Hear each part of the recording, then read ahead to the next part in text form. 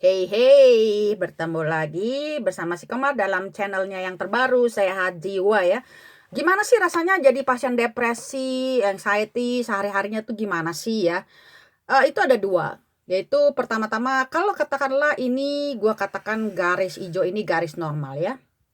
Nah, orang yang biasa, orang yang normal itu, dia gue pakai hijau muda ya, dia sedikit ya kadang-kadang anxiety, apa namanya, ketakutan ya, anxiety, fear, terus kadang-kadang down, sedih, ya yang namanya orang hidup ya begitu ya, ada yang naik turun sampai suatu hari, apa namanya, kena musibah. Musibah yang apalagi beruntun, musibah itu ya kematian gitu yang benar-benar menakutkan gitu ya, kehilangan harta dalam jumlah besar. Mereka bisa, wah, bisa sangat panik, bisa sampai panik banget dan bisa sangat down banget dan ujung-ujungnya sama-sama bahaya ya.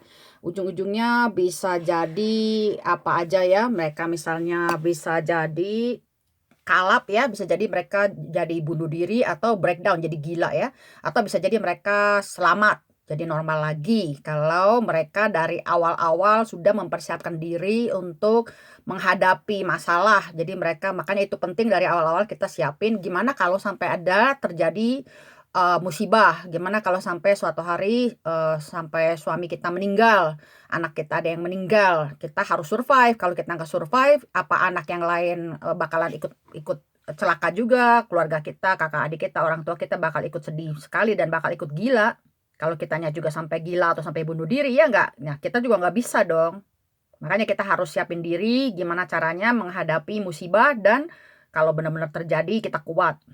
Nanti gue bikinin videonya ya, kira-kira gimana caranya. Nah, itu untuk orang-orang yang normal ya. Tapi kalau gimana orang-orang yang depresinya genetik, yang depresinya memang udah jadi bawaan sejak lahir. Mereka tuh hal-hal kecil aja tuh tiap hari tuh udah ketakutannya tinggi, udah downnya tinggi. Hal-hal kecil aja ya. Misalnya kalau misalnya suami gue bilang, ini keasinan nih, masakan lu keasinan. Udah deh, gue langsung gila.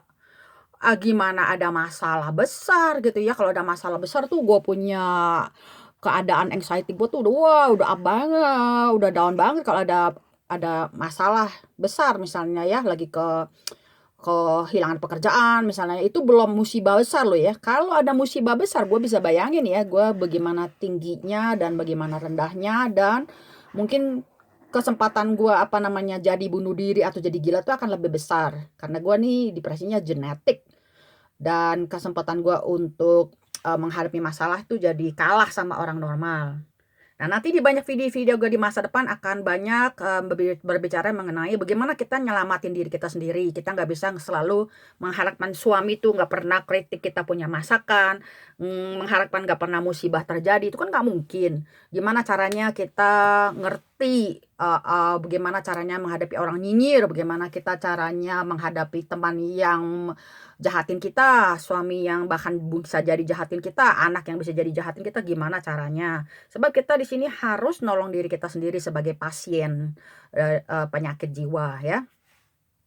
Jadi yang seperti yang kalian udah dengar ya, sebagai pasien yang udah kena depresi, udah kena sakit jiwa, atau bahkan mereka-mereka yang juga kena penyakit yang membahayakan seperti kanker juga sama, mereka juga ngalamin depresi dan sebagainya. Mereka tuh hidupnya tiap hari udah berasa di pinggir jurang ya. Jadi harus belajar apa yang boleh kita katakan kepada mereka, apa yang jangan kita katakan kepada mereka, seperti di video nomor mulai dari nomor 16 itu sampai 20 itu ya, apa yang boleh, apa yang tidak boleh kita katakan atau bantu terhadap orang yang sedang kena penyakit jiwa. Karena hidup mereka ini sudah seperti di pinggir jurang. Jadi istilahnya kalau ini jurang gitu ya, mereka tuh udah sepertinya tuh kaki mereka cuma satu di sini, kaki mereka tuh ada satu lagi di sini gitu. Mereka tuh udah seperti begini gitu ya. Jadi lu kalau salah ngomong tuh udah tinggal dorong mereka aja jatuh ke jurang, jangan sampai. Jangan lupa kadang-kadang mereka bukan hanya bakalan bunuh diri, mereka akan jadi gila. Jadi artinya mereka sebelum bunuh diri, mereka bunuh-bunuhin kita semua dulu, baru mereka bunuh diri. Mereka ada yang seperti itu kalau ada campuran dengan anger ya, manajemen. Jadi jangan lu pikir mereka gila, udahlah paling gua pasung mereka masukin rumah sakit selesai.